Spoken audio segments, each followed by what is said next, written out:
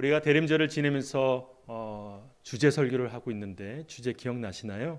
주보에 써 있습니다. 대문짝만하게 예수님이 계신 곳에, 예수님이 머무신 곳에 어떤 일이 일어나는지 우리가 돌아보면서 우리 삶에도 동일하게 그런 놀라운 일들이 일어나기를 우리가 간절히 바라면서 말씀을 보는 가운데 있습니다. 오늘 네 번째, 갈릴리 강가에서 예수님이 계셨고 그때 그곳에서 어떤 일이 일어났는지 우리가 함께 살펴보면서 우리 삶에도 동일하게 일어나기를 우리가 마음의 간절함으로 구하며 나아가면 좋겠습니다. 제가 한 가지 질문하며 말씀을 시작하면 좋겠는데요. 예수님이 이 땅에 오신 이유가 무엇일까요?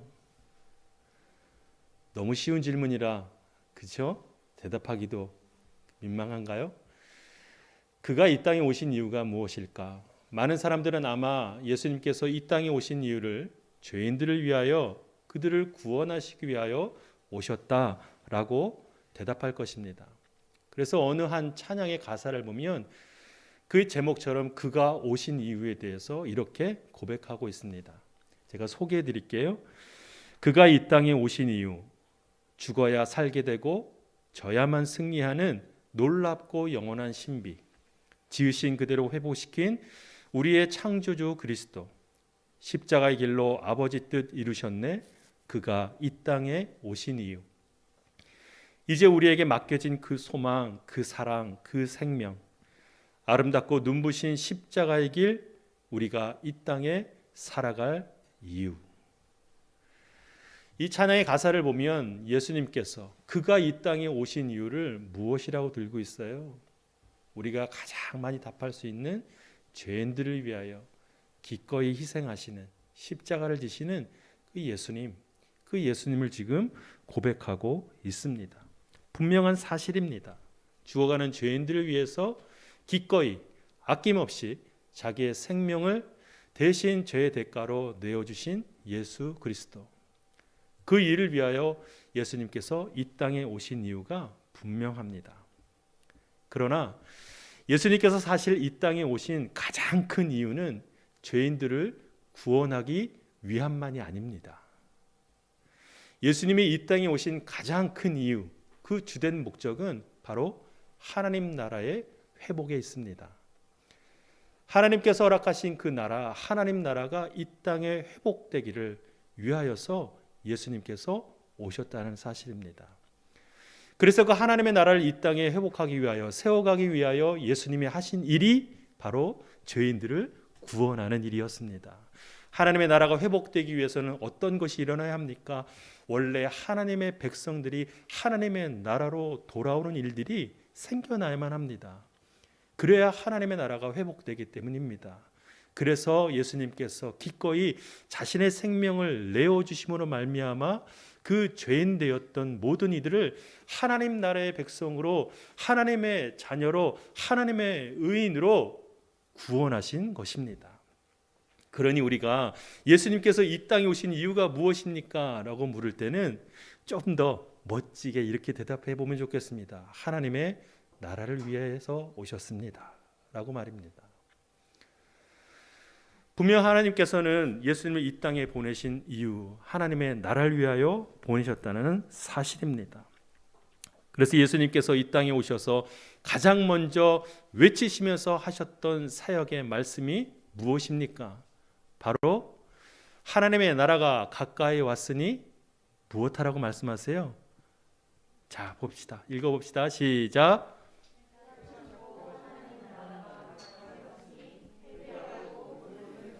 예수님께서 가장 먼저 선포하시면서 사역하셨던 말씀 중에 하나가 바로 하나님의 나라가 가까이 왔다는 사실이에요. 즉 예수님께서 이 땅에 오신 것, 그 사실로 하나님의 나라가 다시 이 땅에 임했다는 것을 예수님께서 선포하고 계신다는 사실이에요. 자, 그래서 예수님께서 이 땅에 오셔서 하나님의 나라를 다시금 세워가기 위하여 여러 일들을 하셨습니다. 우리는 그것을 성경을 통하여 잘 알고 있습니다. 예수님에게는요, 특별한 계획, 그 플랜이 있으셨어요. 그것이 무엇인가? 바로 그 하나님의 나라의 회복을 위하여 많은 이들을 하나님의 백성으로 부르는 일들이었습니다. 여러분 생각해 보세요. 예수님이 하나님 나라를 위하여 죄인들을 위하여 오시자마자 십자가를 지신 것이 아니라는 사실, 예수님이 오셔서 많은 일들을 보여주셨을 때 특별히 그 하나님 나라를 위하여 많은 이들에게 말씀으로 가르치셨다는 사실이에요. 말씀으로 하나님 나라가 어떻게 임하며 그 하나님의 나라에 어떻게 들어갈 수 있는지에 대한 하나님 나라 복음에 대해서 예수님께서 가르치셨다는 사실, 때로는 기적과 이사를 통하여 많은 사람들에게 하나님 나라를 보여주셨고, 때로는 예수님께서 분노와 징계를 통하여 많은 사람들이 깨달을 수 있도록 말씀하셨고, 또 때로는 오늘 본문의 말씀처럼 그들을 부르시기 위하여 발길 닿는 곳마다 사람들을 불러 모으셨다는 사실입니다. 무엇보다 예수님께서는 그 하나님 나라를 위하여 자기 삶을 그대로 내어 보여주심으로 말미암아 하나님 나라를 사람들에게 보여주셨다는 사실입니다. 이것이 바로 예수님의 가장 중요한 계획입니다. 예수님 머릿속에 있었던 플랜이었어요. 하나님의 나라의 회복을 위하여 많은 이들을 불러 모으는 것, 그들을 가르치고 그들에게 기적을 보이며 그들에게 삶으로 보여주심으로 말미암아 하나님의 나라로 이끌 수 있도록 예수님께서 하셨다는 사실, 그 중에 가장 큰 것이 바로 많은 이들을 부르셨다는 사실이에요. 오늘 본문을 보면 어떤 장면이 있습니까? 우리가 너무나 잘 알고 있는 예수님이 베드로를 부르는 장면이 있습니다. 그러나 여러분, 예수님께서 이미 그곳에 모인 많은 사람들에게 말씀으로 가르치고 계셨다는 사실이에요. 오늘 1절과 3절의 장면을 함께 보면 좋겠습니다. 1절입니다. 예수께서 하나님의 말씀을 들으려는 사람들에게 둘러싸여 게네사렛 호숫가에 서 계셨습니다. 3절입니다. 예수께서는 그들 중 시몬의 배에 올라타 그에게 배를 무태서 조금 떼어 놓으라고 말씀하셨습니다. 그러곤 어떻게 해요? 배 위에서 사람들을 가르치기 시작하셨어요. 말씀을 가르치시면서 예수님은 많은 사람들을 하나님의 나라로 불러 모으기 위하여 말씀으로 그들을 깨우치고 계셨다는 사실입니다. 제자들을 부르기 이전에 많은 사람들을 부르셔서 하나님의 나라로 인도하기 위하여 예수님께서는 말씀으로 가르치고 계셨다는 사실, 그 중에 오늘 예수님께서는 특별히 제자들을 부르십니다.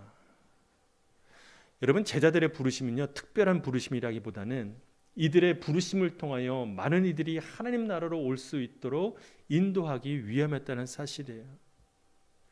오늘 예수님께서는 베드로를 만나 주십니다. 그리고 어부였던 베드로의 동료인 누구예요? 세베대의 아들인 야고보와 요한도 예수님께서 만나 주시고 그들을 부르십니다. 예수님께서 갈릴리 강가에 계셨을 때, 갈릴리 호수에 계셨을 때 예수님께서는 부르셨다는 사실이에요. 그러니 곧 예수님이 계신 곳에는 무엇이 있다? 부르심이 있다는 사실이에요. 제자들만 부르신 것이 아니라 하나님 나라의 복음이 필요한 모든 이들을 지금 부르고 계신다는 사실입니다. 과연 예수님이 머무신 곳, 예수님이 계신 곳, 예수님이 찾아가시는 곳에는 무엇이 있다? 부르심이 있다는 사실이에요. 그러면 예수님이 머무셨던 갈릴리 강가에서 부르실 때 어떤 일들이 일어나는가? 우리는 그것을 통해서 우리 삶에도 동일하게 살펴보고 점검해야 합니다. 그리고 적용해야 하겠죠. 가장 먼저는 하나님께서 예수님을 통하여 모든 이들의 삶에 개입하신다는 사실입니다. 제가 특별히 개입이라는 단어를 쓴 이유가 있어요. 그것을 살펴보면 좋겠어요. 첫 번째 4절입니다. 한번 보시겠어요? 말씀을 마치신 후 예수께서 시몬에게 뭐 하셨어요? 명령하셨습니다. 그 명령의 내용은 물이 깊은 곳으로 나아가 그물을 내리고 고기를 잡아라. 여러분 생각해 봅시다. 베드로의 직업은 뭐예요? 대답 좀 해주세요. 어부죠?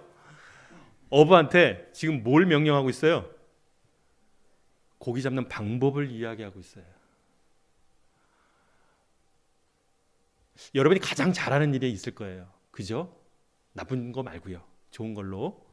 그런데 그 잘하는 일에 대해서 누군가 와서 잘 못하는 사람이 훈수를 둬요. 그렇게 하면 안 돼요.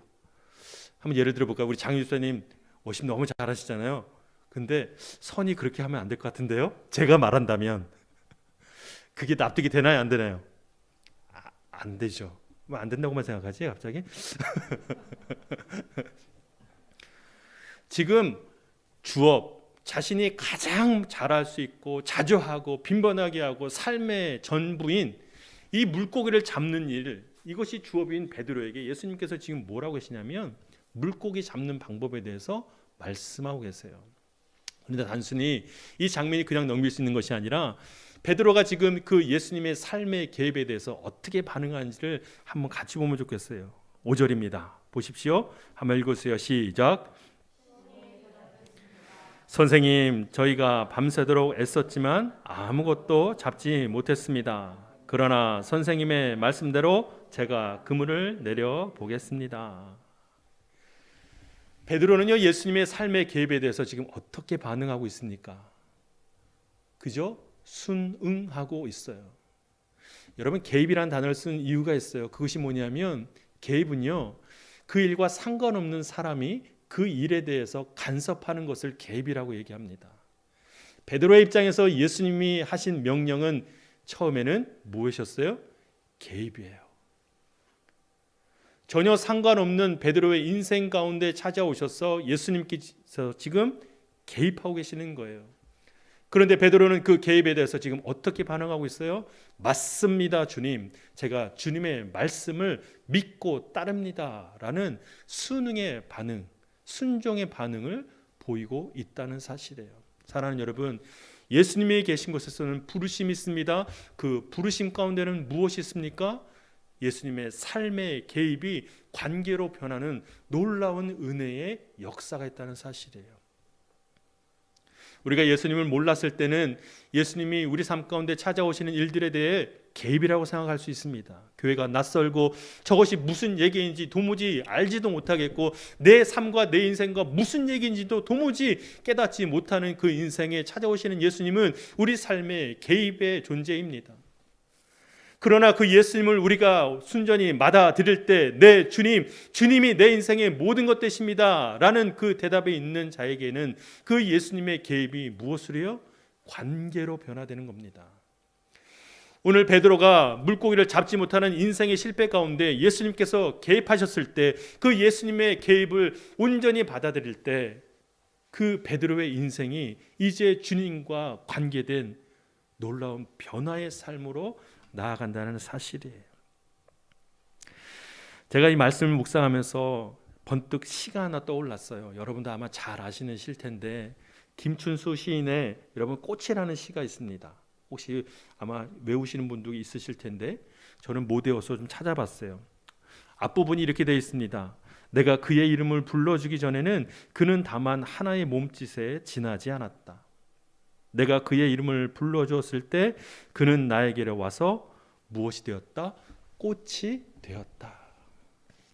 이름을 불러주기 전에는 아무 의미, 아무 존재, 아무 정체성도 없던 그 존재가 누군가 그 이름을 불러줬을 때야 비로소 그 존재의 의미, 존재의 가치가 살아난다는 해석을 갖고 있어요.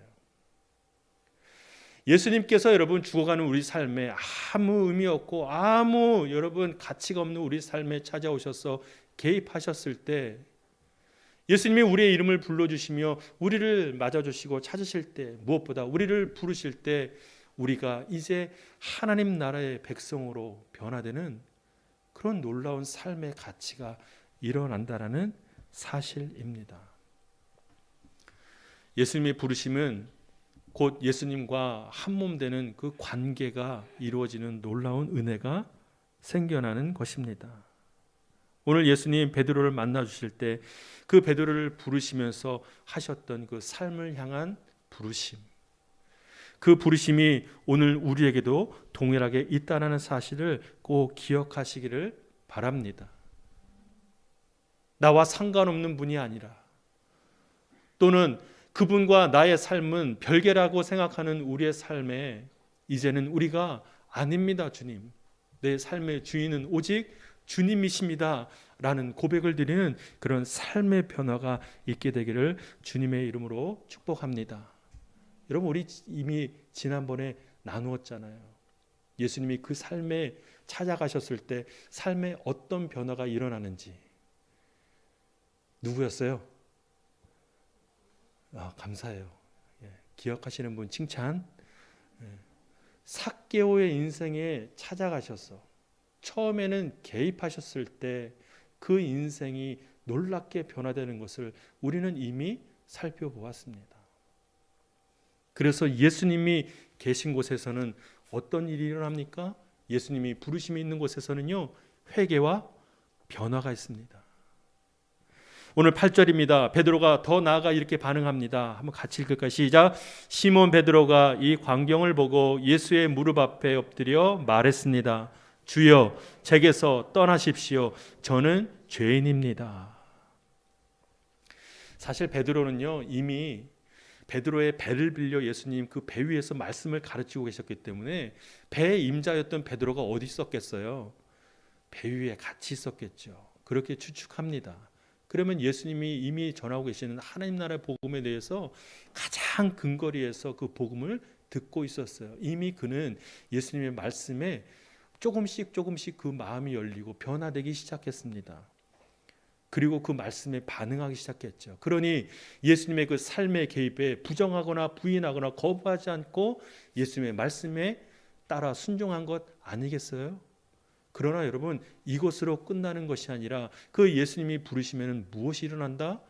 놀라운 회개의 은혜가 있다는 사실이에요.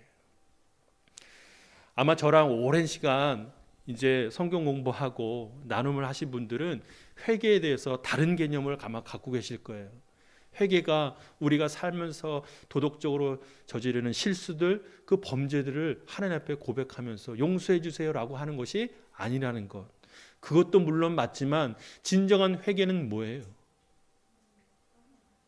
진정한 회개는 여러분, 하나님께 다시 돌아가는 거예요. 하나님, 이 인생이 내게 주인이 아니라, 내 것이 아니라 하나님 것입니다. 그러니 하나님께로 다시 돌아갑니다 라고 하는 것이 뭐예요? 바로 진정한 회개의 본 모습이에요. 그러니 여러분, 하나님 따라 내 마음대로 내 뜻대로 사는 인생에서는 늘 실수가 있고 늘 도덕적인 무너짐이 있는 거예요. 그러니 여러분, 회개할 때는 나 하나님께 다시 돌아갑니다, 그런 기도를 드리는 것 아니겠습니까? 예수님이 갈릴리 강가에서 베드로를 부르셨을 때, 많은 이들을 하나님 나라의 백성으로 부르셨을 때 그들의 마음속에서는 어떤 회개가 있는가? 내 주님, 내 인생의 주인은 바로 예수님, 하나님이십니다 라는 고백이 터져 나오는 것이에요. 내가 내 지식과 내 의지와 내 판단과 내 모든 경험으로 그물을 내렸으나 이제는 내가 내 뜻이 아닌 예수 그리스도의 뜻대로 내 인생에 그물을 내리겠습니다 라는 베드로의 영적인 고백, 그것이 진정한 회개의 모습이에요. 예수님께서 찾아오셔서 예수님이 부르실 때는 그 회개가 일어나야 합니다. 그것이 바로 우리가 예수님 처음 만났을 때, 예수님을 영접했을 때 고백했던 거 아니에요? 영접 기도 들어보셨죠? 어떻게 기도해요? 이제 내가 내 삶의 주인이 아니라 하나님께서 내 삶의 주인이십니다 라는 그 고백이 꼭 들어가야 돼요. 이것이 여러분 진정한 변화예요. 다른 것이 변화가 아니라 이것이 예수님이 부르셨을 때 우리 인생 가운데 경험할 수 있는 놀라운 변화예요. 우리 얼마나 날마다 우리 뜻대로 우리 주관대로 살아가는 모습이 얼마나 많아요. 그러나 여러분, 오늘 예수님께서 우리 인생에 찾아오셔서 우리를 부르실 때 우리는 이런 고백 드려야 돼요. 네, 맞아요 주님. 내 삶의 주인은 제가 아니라 주님이세요. 하나님이십니다 라는 고백이 필요해요. 그러니 베드로도 오늘 무엇이라고 고백합니까? 맞습니다 주님, 제가 죄인입니다.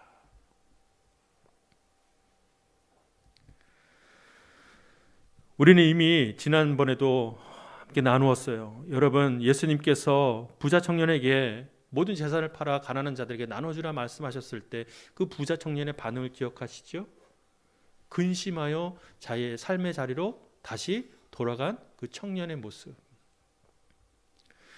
예수님 우리 삶에 찾아오셔서 우리를 부르실 때 우리 입술에 이러한 고백이 날마다 있게 되기를 주님의 이름으로 축복합니다.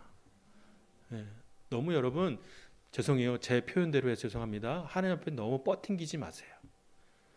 잘났다고 너무 고개 빳빳이 들고 사는 인생은요, 그것은 날마다 하나님 앞에 나 의인입니다 라고 사는 삶과 동일해요.